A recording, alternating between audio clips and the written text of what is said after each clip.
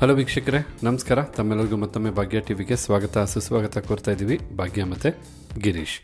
ಸ್ನೇಹಿತರೆ, ಇವತ್ತಿನ ಈ ವಿಡಿಯೋದಲ್ಲಿ ಹೋಳಿಗೆ ಅಂದರೆ ಒಬ್ಬಟ್ಟನ್ನು ಯಾವ ರೀತಿ ಮಾಡೋದು ಅಂತ ತಿಳಿಸ್ಕೊಡ್ತಾ ಇದ್ದೀವಿ. ಇನ್ನೇನು ಹೊಸ ವರ್ಷ ಯುಗಾದಿ ಹಬ್ಬ ಬಂತು. ಯುಗಾದಿ ಹಬ್ಬಕ್ಕೆ ಮಾಡಲೇಬೇಕಾದಂಥ ರೆಸಿಪಿ ಇದು. ಇವತ್ತಿನ ವಿಡಿಯೋದಲ್ಲಿ 1 ಕಪ್ ಅಳತೆ ಅಂದರೆ ಕಡಲೆಬೇಳೆ, ಬೆಲ್ಲ, ಚಿರೋಟಿ ರವೆ, ಮೈದಾ, ತೆಂಗಿನಕಾಯಿ ತುರಿ ಇದೆಲ್ಲದನ್ನು 1 ಕಪ್ ಅಳತೆನಲ್ಲಿ ಉಪಯೋಗಿಸಿ ಒಬ್ಬಟ್ಟನ್ನು ಮಾಡ್ತಾ ಇರ್ತಕ್ಕಂಥದ್ದು. ಹಾಗಿದ್ರೆ ಬನ್ನಿ, 1 ಕಪ್ ಅಳತೆನಲ್ಲಿ ಪದಾರ್ಥಗಳನ್ನೆಲ್ಲ ತಗೊಂಡು ಒಬ್ಬಟ್ಟು ತಯಾರು ಮಾಡಿದಾಗ ಎಷ್ಟು ಒಬ್ಬಟ್ಟು ಬರುತ್ತೆ ಅಂತ ನೋಡ್ಕೊಳ್ಳೋರಂತೆ. ಮೊದಲಿಗೆ ನಾವಿಲ್ಲೊಂದು ಬಟ್ಲನ್ನ ತೊಗೊಂಡಿರ್ತಕ್ಕಂಥದ್ದು. ಬಟ್ಲಿಗೆ 1 ಕಪ್ ಅಳತೆಯ ಕಡಲೆಬೇಳೆನ ಹಾಕಿ, ಕಡಲೆಬೇಳೆ ಮುಳುಗುವಷ್ಟು ನೀರನ್ನು ಹಾಕಿ 10 ನಿಮಿಷಗಳ ಕಾಲ ಕಡಲೆಬೇಳೆನ ನೆನೆಸ್ಕೋಬೇಕು. ಈ ರೀತಿ ನೆನೆಸೋದಕ್ಕೂ ಮೊದಲೇ ಒಮ್ಮೆ ನೀಟಾಗಿ ಕಡಲೆಬೇಳೆನ ತೊಳಿಬೇಕು. ತೊಗರಿಬೇಳೆಯಿಂದನೂ ಒಬ್ಬಟ್ಟು ಮಾಡ್ಬೋದು, ಕಡಲೆಬೇಳೆಯಿಂದನೂ ಒಬ್ಬಟ್ಟು ಮಾಡ್ಬೋದು. ಈ ಎರಡರ ಮಿಶ್ರಣದಲ್ಲೂ ಒಬ್ಬಟ್ಟು ಮಾಡ್ಬೋದು. ನಾವಿಲ್ಲಿ ಕಂಪ್ಲೀಟಾಗಿ ಕಡಲೆಬೇಳೆಯಿಂದ ಒಬ್ಬಟ್ಟು ಮಾಡ್ತಾ ಇರ್ತಕ್ಕಂಥದ್ದು. ಈ ರೀತಿ ಕಡಲೆಬೇಳೆನ ತೊಳೆದಾದ ನಂತರ ಕಡಲೆಬೇಳೆ ಮುಳುಗುವಷ್ಟು ನೀರನ್ನು ಹಾಕಿ 10 ನಿಮಿಷಗಳ ಕಾಲ ನೆನೆಸಿಡಬೇಕಾಗತ್ತೆ. ಈಗ ಮತ್ತೊಂದು ಬಟ್ಲನ್ನ ತೊಗೊಂಡು ಬಟ್ಲಿಗೆ 1 ಕಪ್ ಅಳತೆಯ ಚಿರೋಟಿ ರವೆನ ಹಾಕ್ತಾ ಇರ್ತಕ್ಕಂಥದ್ದು. ಏಕೆಂದರೆ ಈಗ ಒಬ್ಬಟ್ಟು ಮಾಡೋದಕ್ಕೆ ಬೇಕಾದಂಥ ಕಣಕನ ತಯಾರು ಮಾಡ್ಕೋಬೇಕು. ಹಾಗೆ ಸ್ವಲ್ಪನೇ ಸ್ವಲ್ಪ ಅರಿಶಿಣದ ಪುಡಿನೂ ಸಹ ಹಾಕಿ, ಜೊತೆಗೆ ಸ್ವಲ್ಪನೇ ಸ್ವಲ್ಪ ಉಪ್ಪನ್ನು ಹಾಕಿ ಮೊದಲಿಗೆ ಡ್ರೈ ಆಗಿ ಇದನ್ನೆಲ್ಲ ಮಿಕ್ಸ್ ಮಾಡ್ಕೋಬೇಕು. ಈ ರೀತಿ ಚೆನ್ನಾಗಿ ಬೆರೆಸಾದ ನಂತರ ನಾವಿಲ್ಲಿ 1 ಕಪ್ ಅಳತೆಯ ನೀರನ್ನು ತೊಗೊಂಡಿರ್ತಕ್ಕಂಥದ್ದು. ಆದರೆ ಅರ್ಧ ಕಪ್ ಅಳತೆಯ ನೀರನ್ನು ಹಾಕಿ 5 ನಿಮಿಷಗಳ ಕಾಲ ರವೆನ ನೆನೆಸ್ಬೇಕಾಗತ್ತೆ.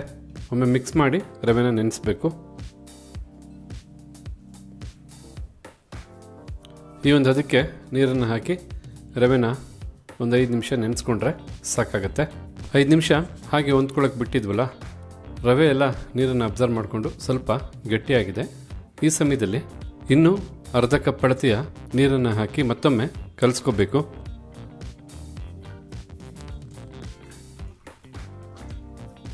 ಬೇಕಿದ್ರೆ ನೀವು ಮೊದಲನೇ ಬಾರಿಗೇ ಅರ್ಧ ಕಪ್ ಹಾಕಿ ರವೆನ ನೆನೆಸಿದ್ವಲ್ಲ, ಆ ಟೈಮಲ್ಲೇ ಬೇಕಿದ್ರು 1 ಕಪ್ ಅಳತೆಯ ಅಂದರೆ 250 ml ನಷ್ಟು ನೀರನ್ನು ಹಾಕಿ ರವೆನ ಈ ಒಂದು ಅದಕ್ಕೆ ಕಲಸಿ ಸಹ ಇಡ್ಬೋದು. ಈ ರೀತಿ ರವೆನ ಕಲಸಾದ ನಂತರ 1 ಕಪ್ ಅಳತೆಯ ಮೈದಾ ಹಿಟ್ಟನ್ನು ಬಟ್ಲಿಗೆ ಹಾಕಿ ರವೆ ಮತ್ತು ಮೈದಾ ಎಲ್ಲ ಚೆನ್ನಾಗಿ ಬೆರೆಯೋ ಹಾಗೆ ಮಿಕ್ಸ್ ಮಾಡಬೇಕು. ಏಕೆಂದರೆ ಈ ಒಬ್ಬಟ್ಟಿನ ರೆಸಿಪಿ ಅಂದರೆ ಒಬ್ಬಟ್ಟಿನ ಕಣಕ ಮಾಡೋದಕ್ಕೆ ಮೈದಾ ಹಿಟ್ಟು ಬಹಳ ಮುಖ್ಯ. ಆದ ಕಾರಣ ಮೈದಾ ಹಿಟ್ಟನ್ನು ಉಪಯೋಗಿಸಲೇಬೇಕು. ಈಗ ರವೆ ಮತ್ತು ಮೈದಾ ಚೆನ್ನಾಗಿ ಬೆರೆಯೋ ಹಾಗೆ ಕಲಿಸ್ತಾ ಇರ್ತಕ್ಕಂಥದ್ದು. ನೋಡಿ, ರವೆ ಮತ್ತು ಮೈದಾ ಎಲ್ಲ ಚೆನ್ನಾಗಿ ಬೆರ್ತಾಯಿತು. ನಾವು 1 ಕಪ್ ಅಳತೆ ನೀರು ತೊಗೊಂಡಿದ್ವಲ್ಲ, ಅದರಲ್ಲಿ ಒಂದು 50 ml ನಷ್ಟು ನೀರನ್ನು ಉಳಿಸಿದ್ದೀವಿ. 50 ml ನಷ್ಟು ನೀರು ಉಳಿದಿರೋದು ನೋಡ್ತಾ ಇರ್ಬೋದು ನೀವು ಜಗ್ಗಲ್ಲಿ. ಏನಕ್ಕೆ ಈ ಒಂದು ಮೆಜರ್ಮೆಂಟ್ ತಿಳಿಸ್ತಾ ಇದ್ದೀವಿ ಅಂದರೆ, ಹೆಚ್ಚು ನೀರು ಹಾಕೊಂಡ್ಬಿಟ್ರೆ ತೆಳು ಆಗುತ್ತೆ. ಆ ರೀತಿ ಏನಾದ್ರು ತೆಳು ಆದರೆ ಮತ್ತಷ್ಟು ರವೆನ ಹಾಕಿ ಸ್ವಲ್ಪ ಮೈದಾ ಹಿಟ್ಟನ್ನು ಹಾಕಿ ನೀವು ಮಿಕ್ಸ್ ಮಾಡಿಕೊಂಡು ಅದಕ್ಕೆ ತರಬೇಕಾಗುತ್ತೆ. ಏಕೆಂದರೆ ಒಬ್ಬಟ್ಟು ಮಾಡೋದಕ್ಕೆ ಈ ಟಿಪ್ಸ್ ಎಲ್ಲ ಬಹಳ ಮುಖ್ಯ ವೀಕ್ಷಕರೇ. ಅದಕ್ಕೋಸ್ಕರ ನೀಟಾಗಿ ತಿಳಿಸ್ಕೊಡ್ತಾ ಇರ್ತಕ್ಕಂಥದ್ದು. ಈ ಸಮಯದಲ್ಲಿ 1 ಟೇಬಲ್ ಸ್ಪೂನಷ್ಟು ಎಣ್ಣೆನ ಹಾಕಿ ನೀಟಾಗಿ ಕಲಿಸ್ಬೇಕು. ಈ ರೀತಿ 2 ರಿಂದ 3 ಬಾರಿ ಎಣ್ಣೆನ ಹಾಕಿ ಕಲಿಸ್ಬೇಕಾಗತ್ತೆ. ನೀವೆಷ್ಟು ಚೆನ್ನಾಗಿ ಕಲಿಸ್ಕೊಳ್ತೀರೋ ಅಷ್ಟು ಸಾಫ್ಟಾಗಿ ಬರುತ್ತೆ ಒಬ್ಬಟ್ಟು. ಮತ್ತು 1 ಟೇಬಲ್ ಸ್ಪೂನಷ್ಟು ಎಣ್ಣೆನ ಹಾಕಿ ಚೆನ್ನಾಗಿ ಎಣ್ಣೆ ಕುಡಿಸ್ಬೇಕು. ಆಗಲೇ ತುಂಬ ಸಾಫ್ಟಾಗಿ ಬರ್ತಕ್ಕಂಥದ್ದು. ಆಲ್ರೆಡಿ 2 ಟೇಬಲ್ ಸ್ಪೂನಷ್ಟು ಎಣ್ಣೆನ ಹಾಕಿ ಕಲಸಾಯಿತು. ಈಗ ಮತ್ತೆ 1 ಟೇಬಲ್ ಸ್ಪೂನಷ್ಟು ಎಣ್ಣೆನ ಹಾಕಿ ಒಟ್ಟು 3 ಟೇಬಲ್ ಸ್ಪೂನಷ್ಟು ಎಣ್ಣೆನ ಹಾಕಿ ಕಳಿಸ್ತಾ ಇರ್ತಕ್ಕಂಥದ್ದು. ನೋಡ್ಕೊಳ್ಳಿ ವೀಕ್ಷಕರೇ, ಏಕೆಂದರೆ ಈ ಒಂದು ಒಬ್ಬಟ್ಟು ಕ್ವಾಂಟಿಟಿ ಇದೆಯಲ್ಲ, ಎಷ್ಟು ಬೇಕು ಅನ್ನೋದು ನೀವು ಡಿಸೈಡ್ ಮಾಡ್ಕೋಬೇಕಾಗತ್ತೆ. ಯಾಕೆಂದರೆ ನಾವು ಎಲ್ಲನೂ ಸಹ 1 ಕಪ್ ಅಳತೆನಲ್ಲಿ ತೊಗೊಂಡು ನಿಮಗೆ ತಿಳಿಸ್ತಾ ಇರೋದು. ನಿಮಗೆ ಡಬಲ್ ಕ್ವಾಂಟಿಟಿ ಬೇಕಂದರೆ ಎಲ್ಲನೂ 2 ಕಪ್ ಅಳತೆನಲ್ಲಿ ಪದಾರ್ಥನ ತೊಗೊಂಡು ಸಿದ್ಧ ಮಾಡ್ಕೋಬೇಕಾಗತ್ತೆ. ಈಗಿಲ್ಲಿ 3 ಟೇಬಲ್ ಸ್ಪೂನಷ್ಟು ಎಣ್ಣೆನ ಹಾಕಿ ಬಹಳ ಚೆನ್ನಾಗಿ ಒಳ್ಳೆ ಸ್ಪಾಂಜ್ ರೀತಿಯಲ್ಲಿದೆ, ಆ ರೀತಿಯಾಗಿ ಕಲಸಾಯಿತು. ಈಗ ಇದನ್ನು ಸ್ವಲ್ಪ ಹೊತ್ತು ಹೊಂದ್ಕೊಳಕ್ಕೆ ಇಡಬೇಕು. ಮತ್ತಷ್ಟು ಮೃದು ಆಗುತ್ತೆ. ಮಿನಿಮಮ್ ಅಂದರೂ ಇದನ್ನು ಹಾಗೆ 1 ಅವರ್ ಇಡಬೇಕು ಅಥವಾ 2 ಗಂಟೆಗಳ ಕಾಲ ಇಡಬೇಕು. ಇನ್ನೂ ಚೆನ್ನಾಗಿ ಹೊಂದ್ಕೊಂಡು ಇನ್ನೂ ಮೃದು ಆಗುತ್ತೆ. ಈ ಒಂದು ಕಣಕನ 1 ರಿಂದ 2 ಗಂಟೆಗಳ ಕಾಲ ಹೊಂದ್ಕೊಳ್ಳೋದಕ್ಕೆ ಇಡ್ತೀವಲ್ಲ, ಈ ಸಮಯದಲ್ಲಿ ಈ ಕಣಕದ ಮೇಲೆ ಅಂದರೆ ಹಿಟ್ಟಿನ ಮೇಲೆ ಕಂಪ್ಲೀಟಾಗಿ ಮುಳುಗುವಷ್ಟು ಎಣ್ಣೆನ ಹಾಕಿದ್ರೆ ಮತ್ತಷ್ಟು ಚೆನ್ನಾಗಿ ಹೊಂದ್ಕೊಳ್ಳುತ್ತೆ. ಎಷ್ಟು ಬೇಕೋ ಅಷ್ಟು ಮಾತ್ರ ಎಣ್ಣೆನ ಅಬ್ಸರ್ವ್ ಮಾಡ್ಕೊಳ್ಳುತ್ತೆ. ಮತ್ತು ಉಳಿದಂಥ ಎಣ್ಣೆನ ಒಬ್ಬಟ್ಟು ಮಾಡೋದಕ್ಕೇ ಬಳಸ್ಕೊಳ್ತೀವಿ. ನಾವಿಲ್ಲಿ ನಮ್ಮ ಅಡುಗೆಗಳಲ್ಲಿ ಸನ್ಪ್ಯೂರ್ ಅವರ ಫಿಸಿಕಲಿ ರಿಫೈನ್ಡ್ ಸನ್ಫ್ಲವರ್ ಆಯಿಲನ್ನು ಬಳಸ್ತಾ ಇರ್ತಕ್ಕಂಥದ್ದು. ಯಾಕೆಂದರೆ ಎಣ್ಣೆಯಲ್ಲಿ ರಿಚ್ ಆಗಿರ್ತಕ್ಕಂಥ vitamins A, D, E ಹೇರಳವಾಗಿರುತ್ತೆ.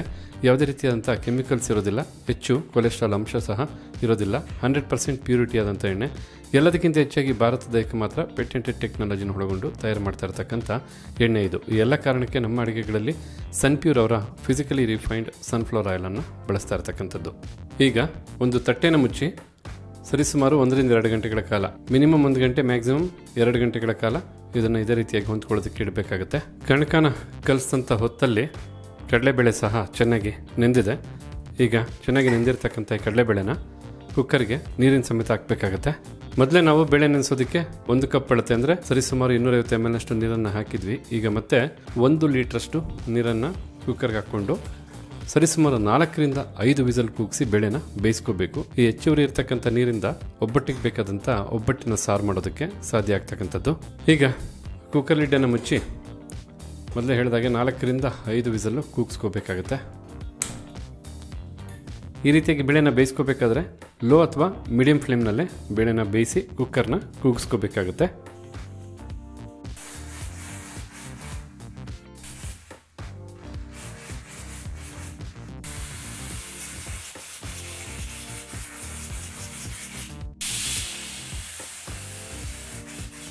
ಹೀಗಿಲ್ಲಿ cooker 4 whistle ಬಂದಾಯಿತು. ಫ್ಲೇಮನ್ನು ಆಫ್ ಮಾಡ್ಕೊಳ್ಳೋಣ. ಈ ರೀತಿ ಬೇಳೆನ ಕೂಗಿಸ್ಬೇಕಾದ್ರೆ ನೀರು ಹೊರಬರೋದು ಸಹಜ. ಆದ ಕಾರಣ ಬೇಕಿದ್ರೆ ಸ್ವಲ್ಪ ದೊಡ್ಡ ಕುಕ್ಕರ್ನ ಉಪಯೋಗಿಸಿದ್ರೆ ಈ ರೀತಿಯಾಗಿ ನೀರು ಹೊರಬರೋದು ಕಡಿಮೆ ಆಗುತ್ತೆ. ಸಂಪೂರ್ಣವಾಗಿ ಕುಕ್ಕರು ತಣ್ಣಗಾಗಬೇಕು. ಸ್ವಲ್ಪ ಸಮಯದ ನಂತರ ಕುಕ್ಕರು ಕಂಪ್ಲೀಟಾಗಿ ತಣ್ಣಗಾಗಿದೆ.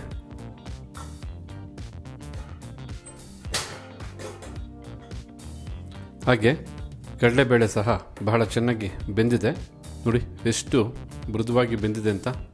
ಈ ರೀತಿ ಕಡಲೆಬೇಳೆನ ಬೇಯಿಸಾದ ನಂತರ ನೀರು ಮತ್ತು ಕಡಲೆಬೇಳೆನ ಬೇರೆ ಬೇರೆ ಮಾಡ್ಕೋಬೇಕು.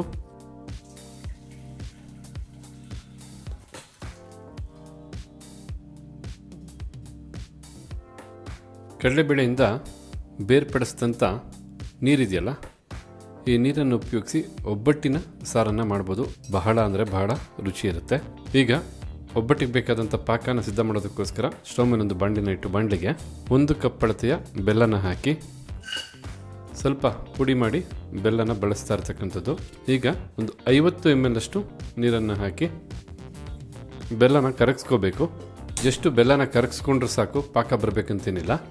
ಬೆಲ್ಲನ ಕರಗಿಸ್ಬೇಕಾದ್ರೆ ಹೈ ಫ್ಲೇಮ್ನಲ್ಲೇ ಕರಗಿಸ್ಕೋಬೋದು. ಹಾಗೆ ಈ ರೀತಿ ಮಿಕ್ಸ್ ಮಾಡೋದ್ರಿಂದ ಬೆಲ್ಲ ಕರಗೋದಕ್ಕೆ ಹೆಲ್ಪ್ ಆಗುತ್ತೆ. ಬೆಲ್ಲ ಸ್ವಲ್ಪ ಚೆನ್ನಾಗಿ ಕರಗಲಿ.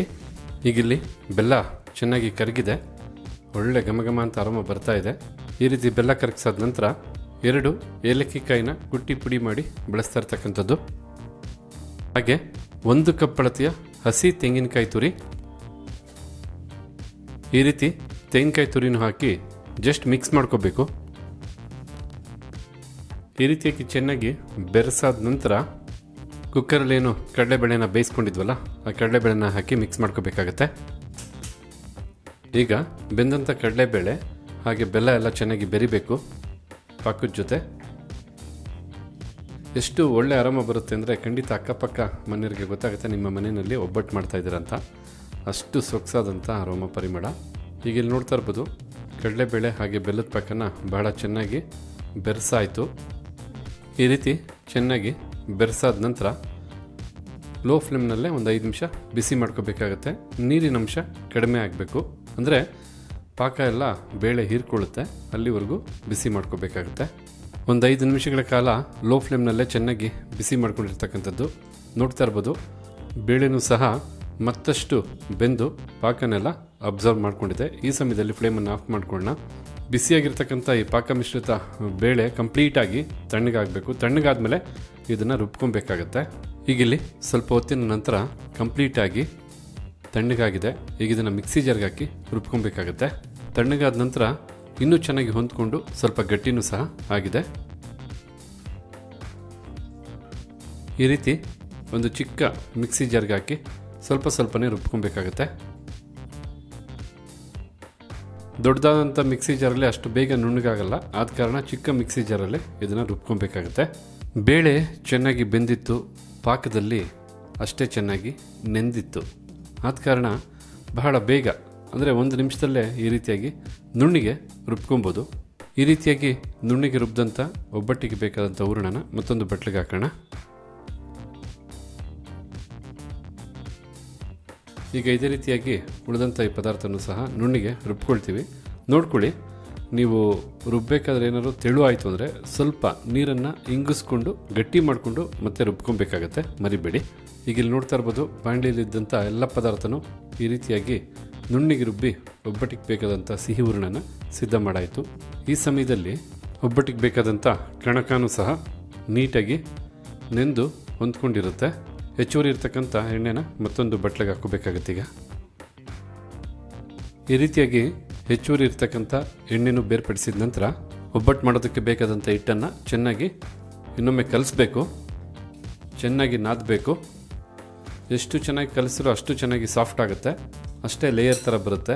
ಜೊತೆಗೆ ರುಚಿನೂ ಸಹ ಬಹಳ ಚೆನ್ನಾಗಿರುತ್ತೆ ಒಬ್ಬಟ್ಟು ಮಾಡೋದ ನಂತರ. ಈಗ ಒಬ್ಬಟ್ಟಿಗೆ ಬೇಕಾದಂಥ ಸಿಹಿ ಹೂರಣ, ಕಣಕ ಎಲ್ಲ ಸಿದ್ಧವಾಯಿತು. ಉಂಡೆ ಮಾಡೋದೆ, ಒಬ್ಬಟ್ಟು ತಟ್ಟೋದೆ, ಒಬ್ಬಟ್ಟು ಸುಡೋದೆ. ಬನ್ನಿ ಆಗಿದ್ರೆ ಒಬ್ಬಟ್ಟನ್ನ ಬೇಯಿಸ್ಕೊಳ್ಳೋಣ. ಮೊದಲಿಗೆ ನೀವು ಸಿದ್ಧವಾಗಿರ್ತಕ್ಕಂಥ ಕಣಕದಿಂದ ಎಷ್ಟು ಬೇಕೋ ಅಷ್ಟು ಪ್ರಮಾಣದಲ್ಲಿ ಉಂಡೆನ ಸಿದ್ಧ ಮಾಡ್ಕೋಬೇಕಾಗುತ್ತೆ. ಎಲ್ಲ ಉಂಡೆಗಳು ಒಂದೇ ಸೈಜಲ್ಲಿ ನೀವು ಮಾಡಿಕೊಂಡ್ರೆ ಬಹಳ ಉತ್ತಮ. ಹೇಳಬೇಕು ಅಂದರೆ ಒಂದು ದಪ್ಪ ನಿಂಬೆಹಣ್ಣು ಗಾತ್ರದಲ್ಲಿ ಉಂಡೆನ ಸಿದ್ಧ ಮಾಡಿರ್ತಕ್ಕಂಥದ್ದು. ಈಗ ಇಲ್ಲಿ ಸಿದ್ಧ ಮಾಡಿದಂಥ ಉಂಡೆಗಳನ್ನ ಒಂದು ತಟ್ಟೆನಲ್ಲಿ ಜೋಡಿಸ್ಕೊಳ್ಳೋಣ. ನಾವು ಕಲಸಿ ಸಿದ್ಧ ಮಾಡಿದಂಥ 1 ಕಪ್ ಅಳತೆಯ ಚಿರೋಟಿ ರವೆ, 1 ಕಪ್ ಅಳತೆಯ ಮೈದಾದಿಂದ ಸರಿಸುಮಾರು 11ರಿಂದ 12 ಉಂಡೆಗಳು ಸಿದ್ಧವಾಗಿರ್ತಕ್ಕಂಥದ್ದು. ಈಗ ಬನ್ನಿ ಸಿಹಿ ಹೂರಣ ಎಷ್ಟು ಉಂಡೆಗಳಾಗತ್ತೆ ಅಂತ ನೋಡೋಣ. ಒಬ್ಬಟ್ಟು ತಟ್ಟೋದಕ್ಕೆ ಬೇಕಾದಂಥ ಕಣಕನ ಯಾವ ರೀತಿ ಉಂಡೆ ಮಾಡಿಕೊಂಡು ಅದೇ ರೀತಿ ಸಿಹಿ ಹೂರಣನೂ ಸಹ ಉಂಡೆ ಮಾಡ್ಕೋಬೇಕಾಗತ್ತೆ. ಎಷ್ಟು ಬೇಕೋ ಅಷ್ಟು ಮೊದಲೇ ಉಂಡೆ ಮಾಡಿ ಇಟ್ಕೊಂಡ್ರೆ ಎಲ್ಲ ಒಬ್ಬಟ್ಟು ತಟ್ಟೋದಕ್ಕೆ ಹೆಲ್ಪ್ ಆಗುತ್ತೆ. ನೋಡ್ತಾ ಇದ್ರಲ್ಲ, ಈ ಒಂದು ಗಾತ್ರದಲ್ಲಿ ಉಂಡೆನ ಸಿದ್ಧ ಮಾಡ್ತಾ ಇರತಕ್ಕಂಥದ್ದು.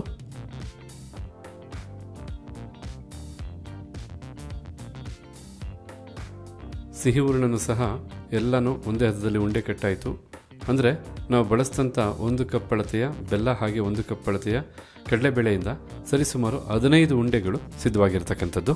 ಬನ್ನಿ ಆಗಿದ್ರೆ ಈಗ ಒಬ್ಬಟ್ಟನ್ನು ತಟ್ಟಿ ಒಬ್ಬಟ್ಟನ್ನು ಬೇಯಿಸ್ಕೊಳ್ಳೋಣ. ಯಾವ ರೀತಿ ಔಟ್ಪುಟ್ ಬರುತ್ತೆ ಅಂತ ನೋಡೋಣ.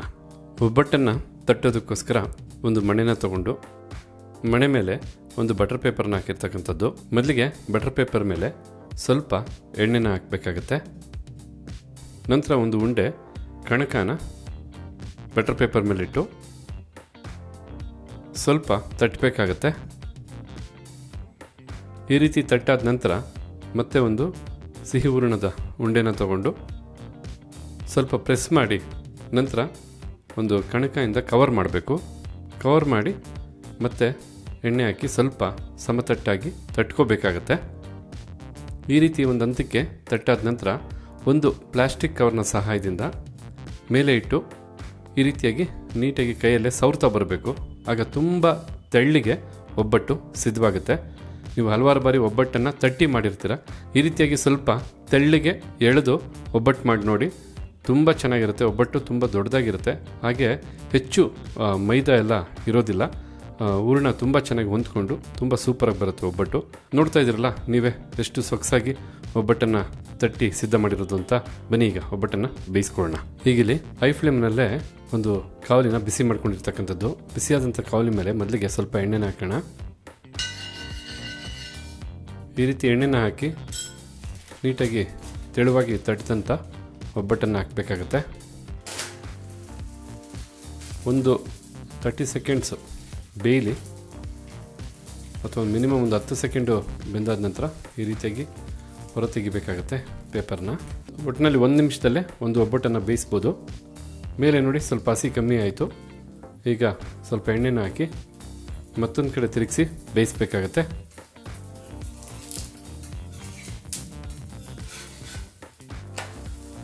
ಈಗ ಇಲ್ಲಿ ನೋಡ್ತಾ ಇರ್ಬೋದು ಒಬ್ಬಟ್ಟು ಎಷ್ಟು ಚೆನ್ನಾಗಿ ಉಬ್ತಾ ಇದೆ ಅಂತ. ತುಂಬ ಸಾಫ್ಟಾಗಿರುತ್ತೆ ಖಂಡಿತ. ಈಗ ಎರಡು ಕಡೆ ಒಬ್ಬಟ್ಟು ಬೆಂದು ಸಿದ್ಧವಾಗಿದೆ. ಕಾವಲಿಂದ ಹೊರ ತೆಗೆಯೋಣ.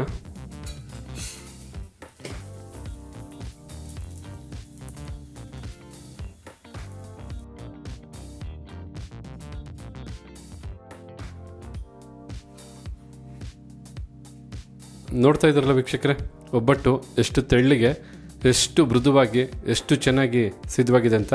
ಬನ್ನಿ ಆಗಿದ್ರೆ ಮಿಕ್ಕೆಲ್ಲ ಒಬ್ಬಟ್ಟನ್ನು ಇದೇ ರೀತಿಯಾಗಿ ಸಿದ್ಧ ಮಾಡ್ಕೊಳ್ಳೋಣ. ಒಬ್ಬಟ್ಟನ್ನು ಕಂಪ್ಲೀಟಾಗಿ ಸಿದ್ಧ ಮಾಡಿದ ನಂತರ ತಾವಿಲ್ಲಿ ನೋಡ್ತಾ ಇರ್ಬೋದು ಎಷ್ಟು ಸೊಗಸಾಗಿ ಮೂಡಿ ಬಂದಿದೆ ಅಂತ. ಖಂಡಿತ ತುಂಬ ಸಾಫ್ಟಾಗಿದೆ, ತಿನ್ನೋದಕ್ಕೆ ಒಳ್ಳೆ ರುಚಿಕರವಾಗಿದೆ. ಎಲ್ಲದಕ್ಕಿಂತ ಹೆಚ್ಚಾಗಿ ಬಿಸಿನಲ್ಲೇ ಒಬ್ಬಟ್ಟಿಗೆ ಸ್ವಲ್ಪ ತುಪ್ಪ ಹಾಕೊಂಡು ತಿಂದರೆ ಅದರ ಆನಂದನೇ ಬೇರೆ. ಈ ಬಿಸಿ ಸಾರು ಮತ್ತು ಬಿಸಿಯಾದ ಅನ್ನದ ಜೊತೆ ಸ್ವಲ್ಪ ತುಪ್ಪನ ಹಾಕಿ ಊಟ ಮಾಡ್ತಾಯಿದ್ರೆ ನಿಜವಾಗ್ಲೂ ಹೇಳ್ತೀನಲ್ಲ, ಪ್ರತಿ ಬಾರಿನೂ ಯುಗಾದಿ ಹಬ್ಬನೇ ಅಂತಲೇ ಹೇಳ್ಬೋದು.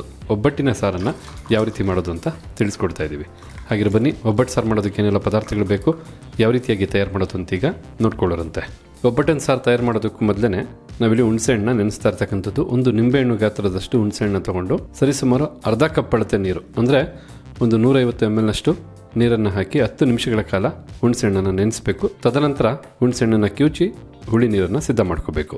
ಒಬ್ಬಟ್ಟಿನ ಸಾರು ಮಾಡೋದಕ್ಕೋಸ್ಕರ ಕೆಲವು ಪದಾರ್ಥಗಳನ್ನ ಹುರ್ಕೋಬೇಕು. ಅದಕ್ಕೋಸ್ಕರ ಸ್ಟವ್ ಮೇಲೆ ಒಂದು ಬಾಣಲಿನ ಇಟ್ಟು ಬಾಣಲಿಗೆ ಬಹಳ ಚಿಕ್ಕದಾಗಿ ಕಟ್ ಮಾಡಿದಂಥ ಒಂದು ಈರುಳ್ಳಿನ ಹಾಕಿ, ಈರುಳ್ಳಿ ಜೊತೆಗೇ 1 ಗೆಡ್ಡೆಯಷ್ಟು ಸಿಪ್ಪೆ ತೆಗೆದಂಥ ಬೆಳ್ಳುಳ್ಳಿನೂ ಸಹ ಹಾಕಿ, 1 ಟೀ ಸ್ಪೂನಷ್ಟು ಜೀರಿಗೆ, ಹಾಗೆ ಸ್ವಲ್ಪ ಕರಿಬೇವಿನ ಸೊಪ್ಪನ್ನು ಸಹ ಹಾಕಿ, ಜೊತೆಗೆ 2 ಬ್ಯಾಡಗಿ ಮೆಣಸಿನಕಾಯಿನೂ ಹಾಕಿ ಈ ಪದಾರ್ಥಗಳನ್ನೆಲ್ಲ ಹುರಿಯೋದಕ್ಕೋಸ್ಕರ ಸರಿಸುಮಾರು 1 ಟೇಬಲ್ ಸ್ಪೂನಷ್ಟು ಎಣ್ಣೆನೂ ಸಹ ಹಾಕಿ ಈಗ 4 ರಿಂದ 5 ನಿಮಿಷ ಮೀಡಿಯಂ ಫ್ಲೇಮ್ನಲ್ಲೇ ಈ ಪದಾರ್ಥನೆಲ್ಲ ಹುರ್ಕೋಬೇಕಾಗತ್ತೆ.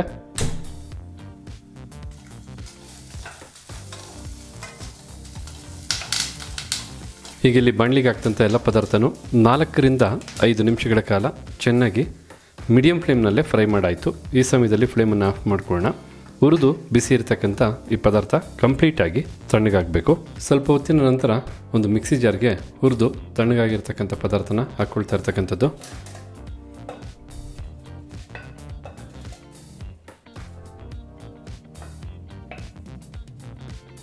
ಈ ಪದಾರ್ಥಗಳ ಜೊತೆಗೇ 2 ಟೇಬಲ್ ಸ್ಪೂನಷ್ಟು ತೆಂಗಿನಕಾಯಿ ತುರಿನ ಹಾಕಿ, ಹಾಗೆ ಸ್ವಲ್ಪ ಕೊತ್ತಂಬರಿ ಸೊಪ್ಪನ್ನು ಹಾಕಿ, ಜೊತೆಗೆ ರುಬ್ಬೋದಕ್ಕೆ ಎಷ್ಟು ಬೇಕೋ ಅಷ್ಟು ನೀರನ್ನು ಸಹ ಹಾಕಿ ಈಗ ಇದನ್ನು ಬಹಳ ನುಣ್ಣಿಗೆ ರುಬ್ಕೊಬೇಕಾಗತ್ತೆ.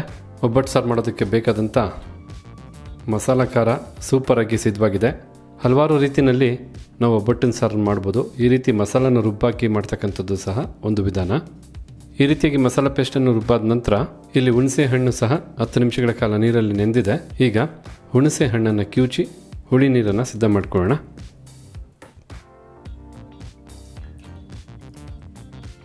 ಈ ರೀತಿಯಾಗಿ ಹುಣಸೆಹಣ್ಣನ್ನು ಕಿವುಚಾದ ನಂತರ ಈ ಹುಣಸೆಹಣ್ಣು ನೀರನ್ನ ಒಬ್ಬಟ್ಟು ಮಾಡ್ಬೇಕಾದ್ರೆ ಏನು ಬೇಳೆನ ಬೇಯಿಸಿ ನೀರನ್ನು ಬಸ್ತಿರ್ತೀವಲ್ವ, ಆ ರೀತಿಯಾದಂಥ 3/4 ಲೀಟ್ರಿಂದ 1 ಲೀಟ್ರಷ್ಟು ನೀರಿರ್ತಕ್ಕಂಥದ್ದು.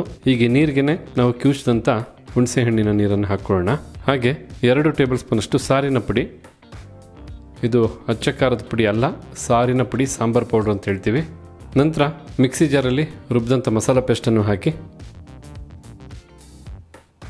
ಈಗ ಮಿಕ್ಸಿ ಜಾರ್ಗೆ ಸ್ವಲ್ಪ ನೀರನ್ನು ಹಾಕಿ ಆ ನೀರನ್ನು ಸಹ ಬಟ್ಲಿಗೆ ಹಾಕ್ತಾ ಇರ್ತಕ್ಕಂಥದ್ದು. ನೀರು ನಾನು ಹೇಳಿದಾಗೆ 3/4 ಲೀಟ್ರಿಂದ 1 ಲೀಟ್ರ್ ಒಳಗಡೆ ಉಪಯೋಗಿಸ್ಬೇಕು. ಬೇಳೆ ಬಸ್ತಂಥ ನೀರು ಎಷ್ಟಿದೆಯೋ ಅಷ್ಟರಲ್ಲೇ ಸಾರು ಮಾಡಿಕೊಂಡ್ರೆ ಕಂಪ್ಲೀಟಾಗಿ ರುಚಿ ಸಿಗುತ್ತೆ. ಹೆಚ್ಚು ನೀರು ಸೇರಿಸ್ತಾ ಹೋದರೆ ರುಚಿ ಕಡಿಮೆ ಆಗುತ್ತೆ, ಮರಿಬೇಡಿ. ಈ ಸಮಯದಲ್ಲಿ ಸ್ವಲ್ಪ ಅರಿಶಿಣದ ಪುಡಿನೂ ಸಹ ಹಾಕಿ, ಜೊತೆಗೆ ಒಬ್ಬಟ್ಟು ಮಾಡ್ಬೇಕಾದ್ರೆ ಏನು ನಾವು ಬೇಳೆನ ಬೇಯಿಸಿ ಬೆಲ್ಲದ ಪಾಕದಲ್ಲಿ ಸಿಹಿ ಹೂರಣನ ಸಿದ್ಧ ಮಾಡಿರ್ತೀವಲ್ಲ, ಆ ಒಂದು ಸಿಹಿ ಹೂರಣ 1 ಟೇಬಲ್ ಸ್ಪೂನಷ್ಟು ಸಾರಿಗೆ ಹಾಕೋಬೇಕಾಗತ್ತೆ. ಹಾಗೆ ಈ ಸಮಯದಲ್ಲೇ ರುಚಿಗೆ ತಕ್ಕಷ್ಟು ಉಪ್ಪನ್ನು ಸಹ ಹಾಕಿ ಎಲ್ಲ ಪದಾರ್ಥಗಳು ಚೆನ್ನಾಗಿ ಬೆರೆಯೋ ಹಾಗೆ ಮಿಕ್ಸ್ ಮಾಡ್ಕೋಬೇಕು. ನಾವು ಇದನ್ನು ಡೈರೆಕ್ಟಾಗಿ ಪಾತ್ರೆನಲ್ಲೋ ಕುಕ್ಕರಲ್ಲೋ ಮಾಡ್ಬೋದಾಗಿತ್ತು ಈ ಮಿಕ್ಸಿಂಗ್ ಪ್ರೋಸೆಸ್ ಎಲ್ಲ. ಏನಂದರೆ ಈಗ ಒಗ್ಗರಣೆ ಕೊಡಬೇಕು, ಸಾರಿಗೆ ಬೇಕಾದಂಥ ಒಗ್ಗರಣೆ. ಆ ಒಗ್ಗರಣೆ ಮಾಡಾದಮೇಲೆ ಈ ನೀರನ್ನು ಕಂಪ್ಲೀಟಾಗಿ ಪಾತ್ರೆಗೋ ಅಥವಾ ಬಾಣಲಿಗೋ ಹಾಕ್ಕೋಬೇಕಾಗತ್ತೆ. ಈಗ ಇಲ್ಲಿ ನೋಡ್ತಾ ಇರ್ಬೋದು, ಸಂಪೂರ್ಣವಾಗಿ ಎಲ್ಲ ಪದಾರ್ಥಗಳು ನೀಟಾಗಿ ಬೆರೆತಾಯಿತು. ಈ ರೀತಿಯಾಗಿ ಮಸಾಲನ ರುಬ್ಬಿ ಸಾರನ್ನು ತಯಾರು ಮಾಡೋದ್ರಿಂದ ತುಂಬ ಡಿಫ್ರೆಂಟ್ ಆದಂಥ ರುಚಿ ಇರುತ್ತೆ. ಸ್ವಲ್ಪ ಒಬ್ಬಟ್ಟಿನ ಸಾರು ಗಟ್ಟಿ ಬರುತ್ತೆ. ನಿಮ್ಗೇನಾದ್ರು ಒಬ್ಬಟ್ಟಿನ ಸಾರು ಅಥವಾ ಒಬ್ಬಟ್ಟಿನ ತಿಳಿ ಸಾರು ಅಂತ ಹೇಳ್ಬೋದು, ರಸಮ್ ಅಂತ ಹೇಳ್ಬೋದು, ಆ ರೀತಿಯಾದಂಥ ಒಬ್ಬಟ್ಟಿನ ರಸಂ ಬೇಕಾದರೂ ಹೇಳಿ, ಅದನ್ನು ಸಹ ಮುಂದೆ ಬರ್ತಕ್ಕಂಥ ವಿಡಿಯೋಗಳಲ್ಲಿ ಮಾಡಿ ತಿಳಿಸ್ತೀವಿ. ತಾವು ಕಮೆಂಟ್ ಮಾಡೋದ್ರ ಮೇಲೆ ಆ ರೆಸಿಪಿ ನಾವು ಮಾಡೋದನ್ನು ನಿರ್ಧಾರ ಮಾಡ್ತೀವಿ.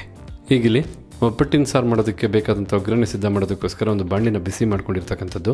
ಬಿಸಿಯಾದಂಥ ಬಾಣಲಿಗೆ 2 ಟೇಬಲ್ ಸ್ಪೂನಷ್ಟು ಎಣ್ಣೆನ ಬಿಸಿಯಾದಂಥ ಬಾಣಲಿಗೆ ಹಾಕಿ ಎಣ್ಣೆನ ಬಿಸಿ ಮಾಡ್ಕೋಬೇಕಾಗತ್ತೆ. ಹೀಗಿಲ್ಲಿ ಎಣ್ಣೆ ಬಿಸಿಯಾಗಿದೆ. ಬಿಸಿಯಾದಂಥ ಎಣ್ಣೆಗೆ ಸ್ವಲ್ಪನೇ ಸ್ವಲ್ಪ ಸಾಸಿವೆನ ಹಾಕಿ, ಈ ರೀತಿಯಾಗಿ ಸಾಸಿವೆನೂ ಸಿಡಿದಾದ ನಂತರ ಸ್ವಲ್ಪನೇ ಸ್ವಲ್ಪ ಇಂಗು, ಹಾಗೆ 2 ಬ್ಯಾಡಗಿ ಮೆಣಸಿನಕಾಯಿನ ಚಿಕ್ಕದಾಗಿ ಮುರಿದು ಹಾಕ್ತಾ ಇರ್ತಕ್ಕಂಥದ್ದು. ಜೊತೆಗೆ ಸ್ವಲ್ಪನೇ ಸ್ವಲ್ಪ ಕರಿಬೇವಿನ ಸೊಪ್ಪನ್ನು ಹಾಕಿ ಎಲ್ಲ ಪದಾರ್ಥನ ಒಂದು 30 ಸೆಕೆಂಡ್ ಬೆರೆಸಿ ಬಿಸಿ ಮಾಡಿಕೊಂಡ್ರೆ ಸಾಕಾಗುತ್ತೆ. ಈ ರೀತಿಯಾಗಿ ಎಲ್ಲ ಪದಾರ್ಥನ 30 ಸೆಕೆಂಡ್ ಬೆರೆಸಿ ಬಿಸಿ ಮಾಡಿದ ನಂತರ ಮೊದಲೇ ಕಂಪ್ಲೀಟಾಗಿ ಒಬ್ಬಟ್ಟಿನ ಸಾರಿಗೆ ಬೇಕಾದಂಥ ಎಲ್ಲ ಪದಾರ್ಥನ ಒಂದು ಬಟ್ಲಲ್ಲಿ ಏನು ಮಿಕ್ಸ್ ಮಾಡಿದ್ವಿ, ಆ ಒಂದು ಸಾರಿಗೆ ಬೇಕಾದಂಥ ಎಲ್ಲ ಪದಾರ್ಥನೂ ಬಾಣಲಿಗೆ ಹಾಕ್ಕೊಳ್ಳೋಣ.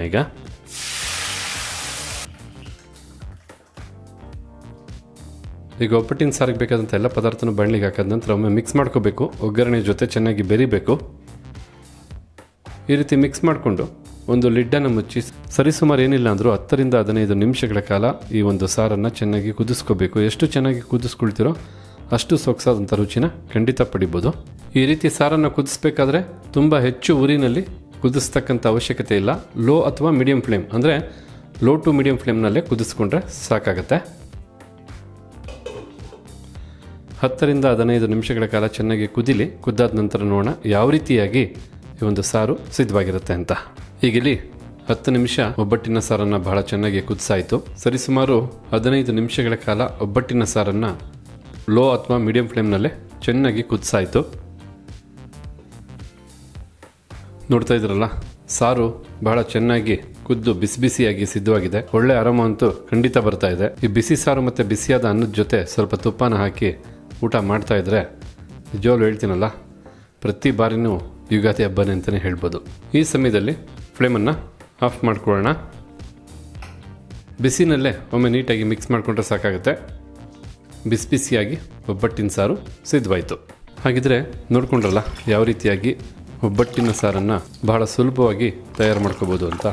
ಖಂಡಿತ ನೀವು ಸಹ ಇದೇ ರೀತಿಯಾಗಿ ಒಮ್ಮೆ ಒಬ್ಬಟ್ಟಿನ ಸಾರನ್ನು ಮಾಡಿ ನೋಡಿ. ಮನೆ ಮಂದಿಯೆಲ್ಲ ಬಹಳ ಇಷ್ಟಪಡ್ತಾರೆ ಅಂತ. ಹಾಗಿದ್ರೆ ಇವತ್ತು ಈ ವಿಡಿಯೋ ಮೂಲಕ ನಾವು ಮಾಡಿ ತಿಳಿಸಿದಂಥ ಒಬ್ಬಟ್ಟಿನ ಸಾರು ತಮಗೆಲ್ಲರಿಗೂ ಇಷ್ಟ ಆಗಿದೆ ಅಂತ ತಿಳ್ಕೊಂಡಿದ್ದೀನಿ. ಇಷ್ಟ ಆಗಿದ್ರೆ ವಿಡಿಯೋಗೊಂದು ಲೈಕ್ ಮಾಡಿ.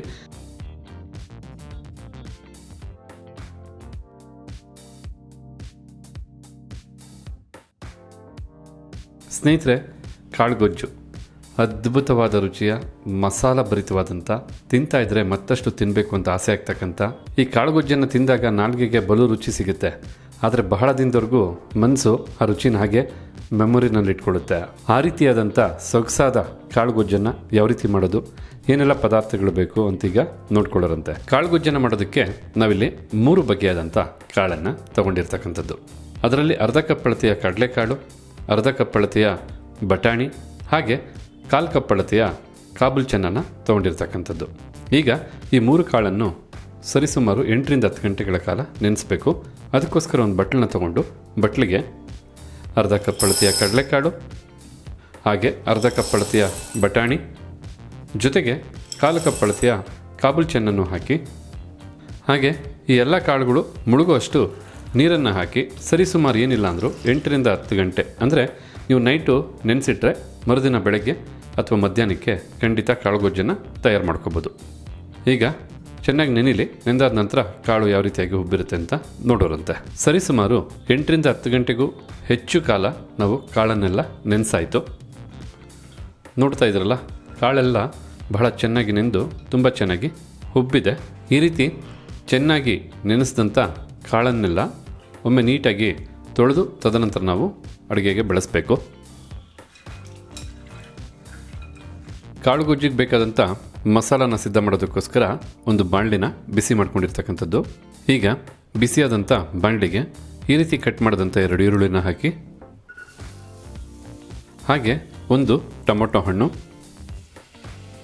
ಜೊತೆಗೆ ನೀಟಾಗಿ ಸಿಪ್ಪೆ ತೆಗೆದಂಥ 1 ಗಡ್ಡೆಯಷ್ಟು ಬೆಳ್ಳುಳ್ಳಿ, ಇನ್ನು 1 ಇಂಚಷ್ಟು ಹಸಿ ಶುಂಠಿ, ಹಾಗೆ 4 ಬ್ಯಾಡಗಿ ಮೆಣಸಿನಕಾಯಿನೂ ಸಹ ಹಾಕಿ ಈ ಎಲ್ಲ ಪದಾರ್ಥಗಳನ್ನು ಚೆನ್ನಾಗಿ ಹುರಿಯೋದಕ್ಕೋಸ್ಕರ 2 ಟೇಬಲ್ ಸ್ಪೂನಷ್ಟು ಎಣ್ಣೆನೂ ಸಹ ಬಳಸ್ತಾ ಇರ್ತಕ್ಕಂಥದ್ದು.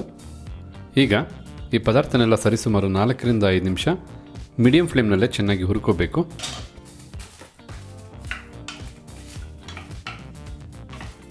ಈಗ ಇಲ್ಲಿ ನೋಡ್ತಾ ಇರ್ಬೋದು 4 ರಿಂದ 5 ನಿಮಿಷ ಚೆನ್ನಾಗಿ ಫ್ರೈ ಮಾಡಿದ ನಂತರ ಈರುಳ್ಳಿ, ಟೊಮೆಟೊ ಹಣ್ಣು ಎಲ್ಲ ತುಂಬ ಸಾಫ್ಟ್ ಆಗಿದೆ. ಈ ಒಂದು ಅದಕ್ಕೆ ಇದನ್ನೆಲ್ಲ ಫ್ರೈ ಮಾಡಿದ ನಂತರ ಫ್ಲೇಮನ್ನು ಆಫ್ ಮಾಡ್ಕೋಬೇಕು. ಅರ್ಧ ಕಪ್ ಅಷ್ಟು ತೆಂಗಿನಕಾಯಿ ತುರಿನ ಹಾಕಿ ಜೊತೆಗೆ 3 ಟೇಬಲ್ ಸ್ಪೂನಷ್ಟು ಧನಿಯಾ ಪುಡಿ, ಯಾಕೆಂದರೆ ಕಾಳುಗೊಜ್ಜಾಗಿರೋದ್ರಿಂದ ಧನಿಯಾ ಪುಡಿ ಸ್ವಲ್ಪ ಹೆಚ್ಚು ಬೇಕು, ಆದರೂ ತಮ್ಮ ಇಚ್ಛಾನುಸಾರ ಏರುಪೇರು ಮಾಡ್ಕೋಬೋದು.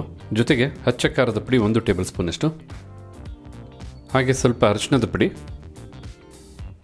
ಜೊತೆಗೆ 1 ಟೀ ಸ್ಪೂನಷ್ಟು ಗಸಗಸೆ, ಅರ್ಧ ಇಂಚಷ್ಟು ಚಕ್ಕೆ, 2 ಲವಂಗನೂ ಸಹ ಹಾಕಿ ಈ ಸಮಯದಲ್ಲಿ ಸ್ವಲ್ಪ ಕೊತ್ತಂಬರಿ ಸೊಪ್ಪನ್ನು ಹಾಕಿ ಜೊತೆಗೆ ಸ್ವಲ್ಪ ಪುದೀನ ಸೊಪ್ಪನ್ನು ಸಹ ಹಾಕಿ ಈಗ ಎಲ್ಲ ಪದಾರ್ಥಗಳು ಚೆನ್ನಾಗಿ ಬೆರಿಬೇಕು. ಆ ರೀತಿಯಾಗಿ ಮಿಕ್ಸ್ ಮಾಡ್ಕೋಬೇಕಾಗತ್ತೆ. ಹುರಿದಿರ್ತಕ್ಕಂಥ ಪದಾರ್ಥ ಚೆನ್ನಾಗಿ ತಣ್ಣಗಾಗಬೇಕು. ಈ ಪದಾರ್ಥನೆಲ್ಲ ಬೆರೆಸಿರೋದ್ರಿಂದ ಖಂಡಿತ ಬಹಳ ಬೇಗ ತಣ್ಣಗಾಗುತ್ತೆ. ತಣ್ಣಗಾದ್ಮೇಲೆ ಇದನ್ನು ಮಿಕ್ಸಿ ಜಾರ್ಗೆ ಹಾಕಿ ನುಣ್ಣಗೆ ರುಬ್ಕೊಂಡು ಕಾಳುಗೊಜ್ಜಿಗೆ ಬೇಕಾದಂಥ ಮಸಾಲ ಪೇಸ್ಟನ್ನು ಸಿದ್ಧ ಮಾಡ್ಕೋಬೇಕು. ಈಗ ಈ ಪದಾರ್ಥಗಳೆಲ್ಲ ತಣ್ಣಗಾಗ್ತಕ್ಕಂಥ ಈ ಸಮಯದಲ್ಲಿ ಚೆನ್ನಾಗಿ ನೆನೆಸಿದಂಥ ಕಾಳನ್ನು ಅಷ್ಟೇ ಚೆನ್ನಾಗಿ ತೊಳೆದಿರ್ತಕ್ಕಂಥದ್ದು ತೊಳೆದಂಥ ಈ ಕಾಳನ್ನು ಈಗ ಕುಕ್ಕರ್ಗೆ ಹಾಕ್ಕೊಳ್ಳೋಣ.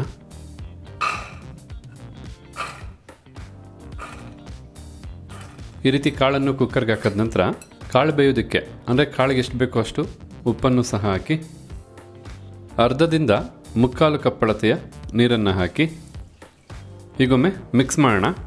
ಮಿಕ್ಸ್ ಮಾಡಿ ಕುಕ್ಕರ್ ಲಿಡ್ಡನ್ನು ಮುಚ್ಚಿ 2 ವಿಸಲ್ ಕೂಗಿಸ್ಕೊಂಡು ಕಾಳನ್ನೆಲ್ಲ ಬೇಯಿಸ್ಕೋಬೇಕಾಗತ್ತೆ.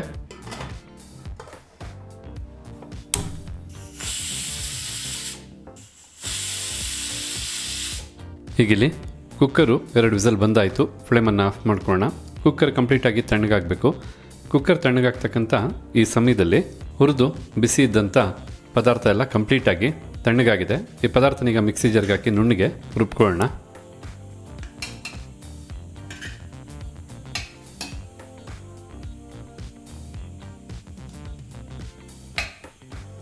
ಈ ರೀತಿ ಹುರಿದಂಥ ಪದಾರ್ಥನೆಲ್ಲ ಮಿಕ್ಸಿ ಜಾರ್ಗೆ ಹಾಕಿದ ನಂತರ ರುಬ್ಬೋದಕ್ಕೆ ಸಹಾಯ ಆಗೋ ಹಾಗೆ ರುಬ್ಬೋದಕ್ಕೆ ಎಷ್ಟು ಬೇಕೋ ಅಷ್ಟು ನೀರನ್ನು ಹಾಕಿ ಬಹಳ ನುಣ್ಣಿಗೆ ರುಬ್ಕೊಬೇಕಾಗತ್ತೆ. ನೀರು ಏರುಪೇರಾದರೆ ಏನೂ ತೊಂದರೆ ಇಲ್ಲ.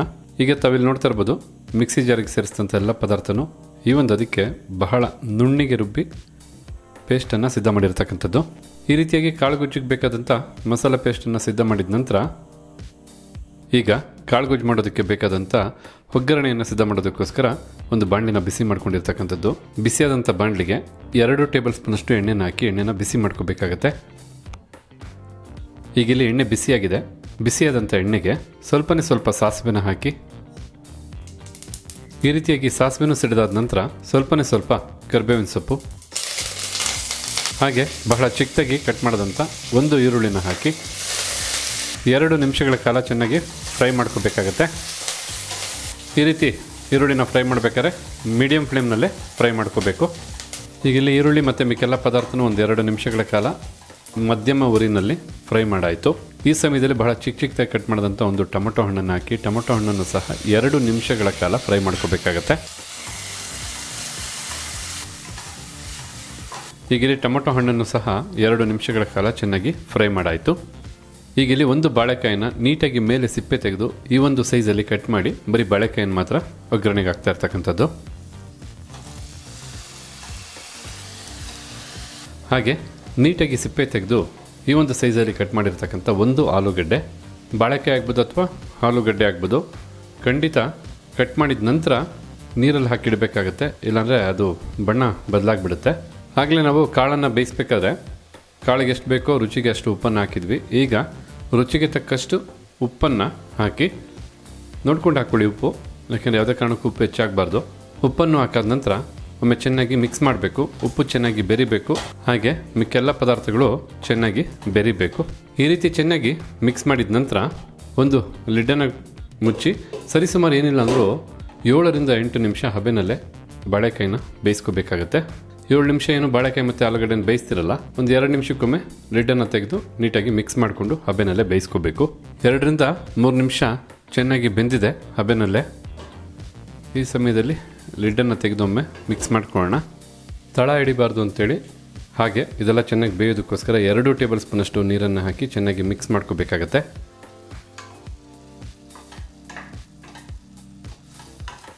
ಈ ರೀತಿ ಚೆನ್ನಾಗಿ ಮಿಕ್ಸ್ ಮಾಡಿ ಮತ್ತೆ ಲಿಡ್ಡನ್ನು ಕ್ಲೋಸ್ ಮಾಡಿ ಉಳಿದಂಥ ಸಮಯ ಇದನ್ನೆಲ್ಲ ಚೆನ್ನಾಗಿ ಬೇಯಿಸ್ಕೋಬೇಕಾಗತ್ತೆ. ಎಲ್ಲ ಚೆನ್ನಾಗಿ ಬೇಯಲಿ, ಫೈನಲ್ ಆಗಿ ಯಾವೊಂದು ಹದಕ್ಕೆ ಬೆಂದಿರುತ್ತೆ ಅಂತ ನೋಡ್ಕೊಳ್ಳೋರಂತೆ. ನೀವು ನೀರನ್ನು ಬೇಕಾದ್ರೆ ಏರುಪೇರು ಹಾಕ್ಕೊಂಡು ಇದನ್ನು ಬೇಯಿಸ್ಕೋಬೋದು. ನೀರು ಹೆಚ್ಚಾದ್ರೆ ಏನೂ ತೊಂದರೆ ಇಲ್ಲ. ಈಗಿಲ್ಲಿ ಸರಿಸುಮಾರು 8 ನಿಮಿಷಕ್ಕೂ ಹೆಚ್ಚು ಅಂದರೆ 10 ನಿಮಿಷಗಳ ಕಾಲ ಈ ಎಲ್ಲ ಪದಾರ್ಥನೂ ಚೆನ್ನಾಗಿ ಹಬೆನಲ್ಲೇ ಬೇಯಿಸಾಯಿತು. ಚೆನ್ನಾಗಿ ಬೆಂದಿರ್ತಕ್ಕಂಥ ಈ ಪದಾರ್ಥನೆಲ್ಲ ಒಮ್ಮೆ ಮಿಕ್ಸ್ ಮಾಡ್ಕೋಬೇಕು.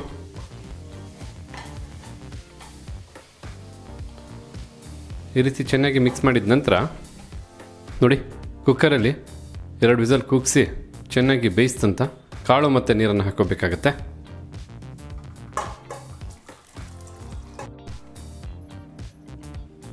ಕಾಳನ್ನೆಲ್ಲ ಬಾಣಲಿಗೆ ಹಾಕಿದ ನಂತರ ಆಗಲೇ ಮಿಕ್ಸಿ ಜಾರಲ್ಲಿ ನುಣ್ಣಿಗೆ ರುಬ್ಬಿಟ್ಟಂಥ ಮಸಾಲ ಪೇಸ್ಟನ್ನು ಸಹ ಹಾಕಿ ಈಗ ಕಾಳು ಮತ್ತು ಮಸಾಲ ಪೇಸ್ಟನ್ನು ಹಾಕಿರೋದ್ರಿಂದ ಎಲ್ಲ ಚೆನ್ನಾಗಿ ಬೆರೆಯೋ ಹಾಗೆ ಮಿಕ್ಸ್ ಮಾಡ್ಕೋಬೇಕು. ಈ ಒಂದು ಕಾಳು ಗೊಜ್ಜಿಗೆ ಮಸಾಲ ಹೆಚ್ಚಾಗೇ ಇರಬೇಕು, ಆಗಲೇ ತಿನ್ನೋದಕ್ಕೆ ಸೊಗಸಾಗಿರ್ತಕ್ಕಂಥದ್ದು. ನಾವು ನೀರನ್ನು ಹಾಕಿ ಕಾಳು ಗೊಜ್ಜನ್ನು ಸಿದ್ಧ ಮಾಡ್ಕೋಬೇಕು. ಮೊದಲಿಗೆ ಮಸಾಲಾನ ಮಿಕ್ಸ್ ಮಾಡಿದಾಗ ನಿಮ್ಗೆ ಯಾವ ಅದಕ್ಕೆ ನೀರು ಬೇಕು ಅನ್ನೋದು ಗೊತ್ತಾಗುತ್ತೆ. ಆದ ಕಾರಣ ಮಿಕ್ಸ್ ಮಾಡಿದ ನಂತರ ನೀರನ್ನು ಹಾಕ್ಕೋಬೇಕು. ಈಗ ಆಲ್ರೆಡಿ ನೋಡ್ತಾ ಇರ್ಬೋದು ನೀರಿನ ಅಂಶ ಇದೆ. ಕಾಳು ಗೊಜ್ಜು ಸ್ವಲ್ಪ ಗಟ್ಟಿಯಾಗಿ ಇರಬೇಕು. ಸ್ವಲ್ಪ ನೀರನ್ನು ಮಿಕ್ಸಿ ಜಾರ್ಗೆ ಹಾಕಿ ತದನಂತರ ಕಾಳು ಗೊಜ್ಜಿಗೆ ಹಾಕ್ಕೊಳ್ತಾ ಇರ್ತಕ್ಕಂಥದ್ದು. ಈಗ ನೀರನ್ನು ಹಾಕಿರೋದ್ರಿಂದ ಮತ್ತೊಮ್ಮೆ ಮಿಕ್ಸ್ ಮಾಡಿ ಒಂದು ಲಿಡ್ಡನ್ನು ಕ್ಲೋಸ್ ಮಾಡಿ 10 ನಿಮಿಷಗಳ ಕಾಲ ಚೆನ್ನಾಗಿ ಕುದಿಸ್ಕೋಬೇಕು. ಆಗ ಕಾಳಿಗಾಗ್ಬೋದು ಮತ್ತು ಬಾಳೆಕಾಯಿ ಎಲ್ಲದಕ್ಕೂ ಮಸಾಲ ಬಹಳ ಚೆನ್ನಾಗಿ ಹೊಂದ್ಕೊಳ್ಳುತ್ತೆ. ಈ ಕಾಳು ಗೊಜ್ಜಿನ ಅಸಲಿ ರುಚಿ ಇಲ್ಲೇ ಇರೋದು ನೋಡಿ. ಮಸಾಲದಲ್ಲಿ ನಾವು ಕಾಳನ್ನು ಹಾಗೆ ತರಕಾರಿನ ಬೇಯಿಸೋದ್ರಿಂದ ಬಹಳ ಸೊಗಸಾಗಿರುತ್ತೆ ಕಾಳು ಗೊಜ್ಜು. ಒಟ್ಟಾರೆಯಾಗಿ 8ರಿಂದ 10 ನಿಮಿಷ ಮಸಾಲನಲ್ಲೇ ಚೆನ್ನಾಗಿ ತರಕಾರಿ ಹಾಗೆ ಕಾಳೆಲ್ಲ ಬೆಂದಿದೆ. ಜೊತೆಗೆ ಕಾಳು ಗೊಜ್ಜು ಸಹ ಸೂಪರಾಗಿ ಸಿದ್ಧವಾಗಿದೆ. ಬಿಸಿನಲ್ಲೇ ಒಮ್ಮೆ ಮಿಕ್ಸ್ ಮಾಡ್ಕೊಳ್ಳೋಣ. ಈ ಕಾಳು ಗೊಜ್ಜಲ್ಲಿ ಕಾಳಿನ ಅರೋಮ ಹಾಗೆ ಆ ಮಸಾಲದ ಅರೋಮ ಎಲ್ಲ ಮಿಕ್ಸ್ ಆಗಿ ಎಷ್ಟು ಸೊಗಸಾಗಿ ಸೂಪರಾಗಿ ಸಿದ್ಧವಾಗಿದೆ ಅಂದರೆ ಖಂಡಿತ ಒಂದು ಅರೋಮನೆ ಹೇಳುತ್ತೆ ಈ ಒಂದು ಕಾಳು ಗೊಜ್ಜಿನ ರುಚಿ ಎಂಥದ್ದು ಅಂತ. ನೋಡ್ತಾ ಇದ್ರಲ್ಲ ಬಿಸಿಯಾಗಿ ಕಾಳು ಗೊಜ್ಜು ಎಷ್ಟು ಸೊಗಸಾಗಿ ಸಿದ್ಧವಾಗಿದೆ ಅಂತ. ಖಂಡಿತ ಒಮ್ಮೆ ಮಾಡಿದ್ರೆ ಪದೇ ಮಾಡ್ತೀರಾ, ಮರೆಯಲಾರದ ರುಚಿ ಅದಂತೂ ಗ್ಯಾರಂಟಿ. ಮತ್ತೆ ಯಾವಾಗ ಕಾಳು ಗೊಜ್ಜು ಮಾಡ್ತೀವಿ ಅಂತ ಆಸೆ ಆಗುತ್ತೆ, ಅಷ್ಟು ಚೆನ್ನಾಗಿರುತ್ತೆ. ಈ ಬಾರಿಯ ಯುಗಾದಿ ಹಬ್ಬಕ್ಕೆ ಬಹಳ ಆರೋಗ್ಯಭರಿತವಾದ ಅಷ್ಟೇ ರುಚಿಕರವಾದ ಈ ಒಂದು ಕಾಳು ಗೊಜ್ಜನ್ನು ನೀವು ಮಾಡಿ ಸವಿರಿ ಅನ್ನೋದು ನಮ್ಮ ಆಸೆ.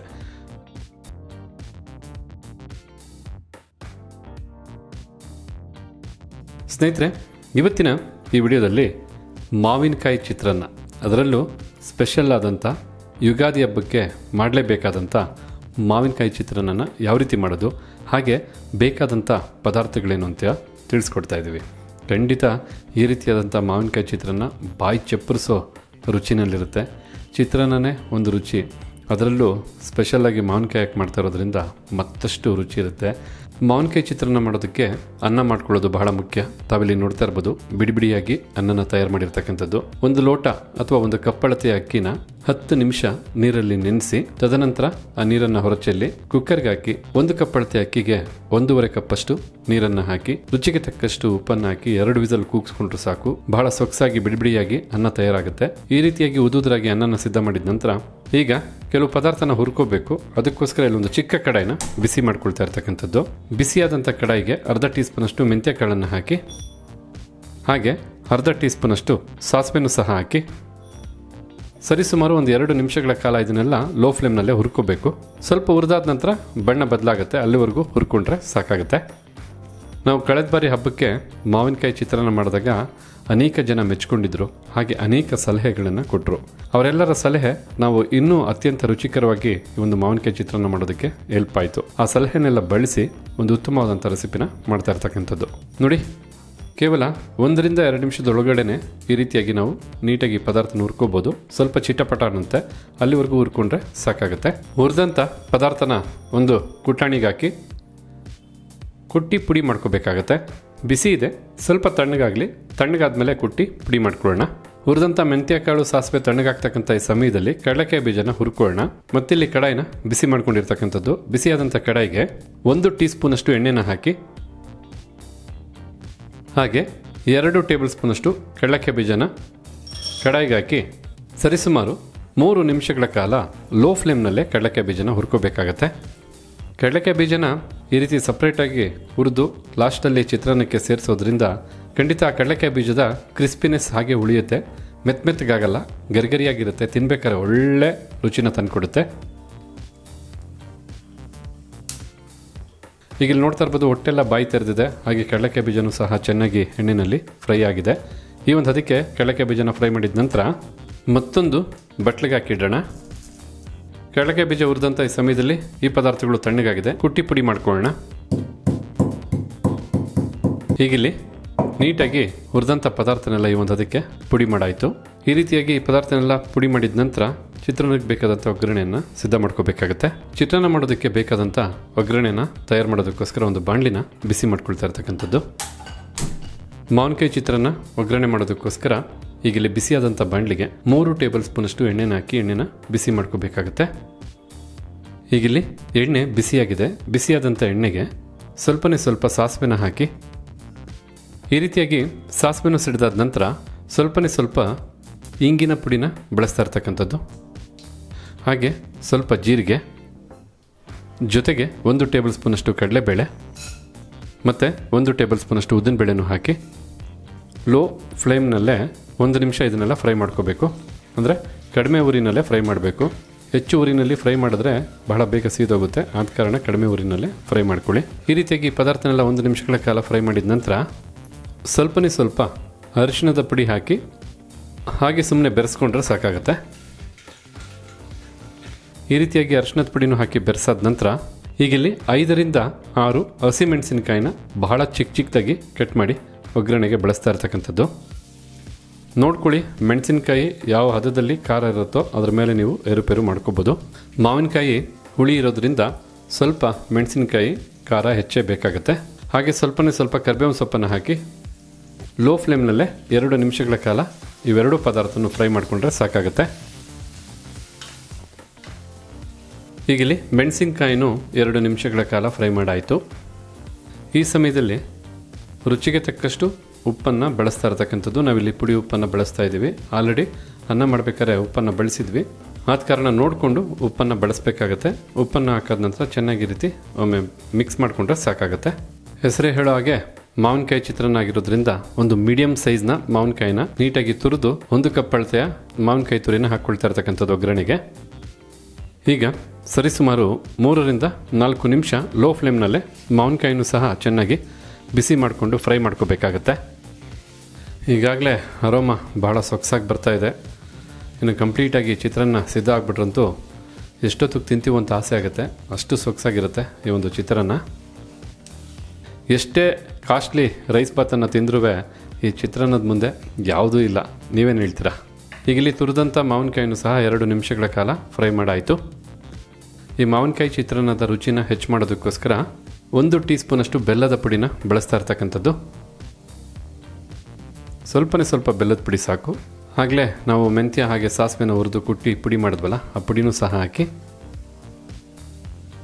ಜೊತೆಗೆ 4 ಟೇಬಲ್ ಸ್ಪೂನಷ್ಟು ತಾಜಾ ತೆಂಗಿನಕಾಯಿ ತುರಿನೂ ಸಹ ಹಾಕಿ ಈ ಪುಡಿ ಹಾಗೆ ತೆಂಗಿನಕಾಯಿ ತುರಿನ 1 ನಿಮಿಷಗಳ ಕಾಲ ಬೆರೆಸಿ ಬಿಸಿ ಮಾಡಿಕೊಂಡ್ರೆ ಸಾಕಾಗುತ್ತೆ. ಒಂದು ರೀತಿ ಹೇಳ್ಬೇಕಾದ್ರೆ ಮಾವಿನಕಾಯಿ ಚಿತ್ರಾನ್ನದ ಗೊಜ್ಜು ಸಿದ್ಧವಾಗುತ್ತೆ ಅಂತಲೇ ಹೇಳ್ಬೋದು. ಈ ರೀತಿ ತೆಂಗಿನಕಾಯಿ ತುರಿನೂ ಚೆನ್ನಾಗಿ ಬಿಸಿ ಮಾಡಿದ ನಂತರ ಫ್ಲೇಮನ್ನು ಆಫ್ ಮಾಡ್ಕೊಳ್ಳೋಣ.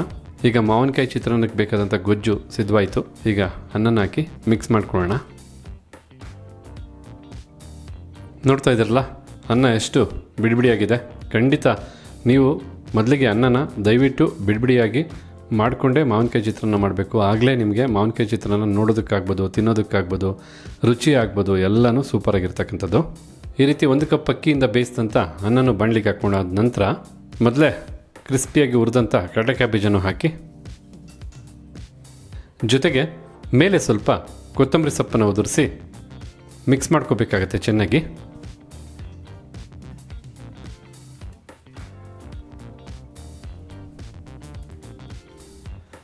ಚಿತ್ರಾನ್ನದ ಗೊಜ್ಜು, ಅನ್ನ ಹಾಗೆ ಎಲ್ಲ ಪದಾರ್ಥಗಳು ಚೆನ್ನಾಗಿ ಬೆರಿಬೇಕು. ಸ್ವಲ್ಪ ನಾಜೂಕಾಗಿ ಆರಾಮಾಗಿ ಮಿಕ್ಸ್ ಮಾಡ್ಕೊಳ್ಳಿ. ಹೀಗಿಲ್ಲಿ ಕಂಪ್ಲೀಟಾಗಿ ಮಿಕ್ಸ್ ಮಾಡಿದ ನಂತರ ತಾವಿಲ್ಲಿ ನೋಡ್ತಾ ಇರ್ಬೋದು ಎಷ್ಟು ಸೊಗಸಾಗಿ ಸಿದ್ಧವಾಗಿದೆ ಮಾವಿನಕಾಯಿ ಚಿತ್ರಾನ್ನ ಅಂತೇಳಿ. ಖಂಡಿತ ಒಳ್ಳೆ ಅರೋಮ ಬರ್ತಾ ಇದೆ, ನೋಡೋದಕ್ಕೂ ಚೆನ್ನಾಗಿದೆ, ತಿನ್ನೋದಕ್ಕೂ ರುಚಿಯಾಗಿದೆ. ಮತ್ತೆ ಆಗ್ತಡ ಈ ಬಾರಿಯ ಯುಗಾದಿ ಹಬ್ಬಕ್ಕೆ ನೀವು ನಿಮ್ಮ ಮನೆಗಳಲ್ಲಿ ಈ ರೀತಿಯಾದಂಥ ಮಾವಿನಕಾಯಿ ಚಿತ್ರಾನ್ನ ಒಮ್ಮೆ ಮಾಡಿ ನೋಡಿ, ಮರೆಯಲಾರದ ರುಚಿ ಅಂತ ಹೇಳ್ತಾ, ಹಾಗಿದ್ರೆ ಇವತ್ತು ವಿಡಿಯೋ ಮೂಲಕ ನಾವು ಮಾಡಿ ತಿಳಿಸಿದಂಥ ಮಾವಿನಕಾಯಿ ಚಿತ್ರಾನ್ನ ತಮಗೆಲ್ಲರಿಗೂ ಇಷ್ಟ ಆಗಿದೆ ಅಂತ ತಿಳ್ಕೊಂಡಿದ್ದೀನಿ. ಇಷ್ಟ ಆಗಿದ್ರೆ ವಿಡಿಯೋಗೊಂದು ಲೈಕ್ ಮಾಡಿ, ಹಾಗೆ ಈ ರೆಸಿಪಿ ಬಗ್ಗೆ ತಮಗಿರ್ತಕ್ಕಂಥ ಅನಿಸಿಕೆ ಅಭಿಪ್ರಾಯನ ತಿಳಿಸೋದನ್ನು ಮರಿಬೇಡಿ. ಎಲ್ಲದಕ್ಕಿಂತ ಹೆಚ್ಚಾಗಿ ಈ ವಿಡಿಯೋನ ಮತ್ತೊಬ್ಬರಿಗೂ ಹೆಲ್ಪ್ ಆಗುವ ಹಾಗೆ ಶೇರ್ ಮಾಡಿ ಅಂತ ಹೇಳ್ತಾ ತಮಗೆಲ್ಲರಿಗೂ ಧನ್ಯವಾದನ ತಿಳಿಸ್ತಾ ಇದ್ದೀವಿ. ಭಾಗ್ಯ ಮತ್ತು ಗಿರೀಶ್. ಮತ್ತೊಂದು ಹೊಸ ವಿಡಿಯೋದಲ್ಲಿ ಹೊಸ ರೆಸಿಪಿ ಜೊತೆ ತಮ್ಮನ್ನ ಭೇಟಿ ಮಾಡ್ತೀವಿ. ಅಲ್ಲಿವರೆಗೂ ನಮಸ್ಕಾರ ವೀಕ್ಷಕರೇ.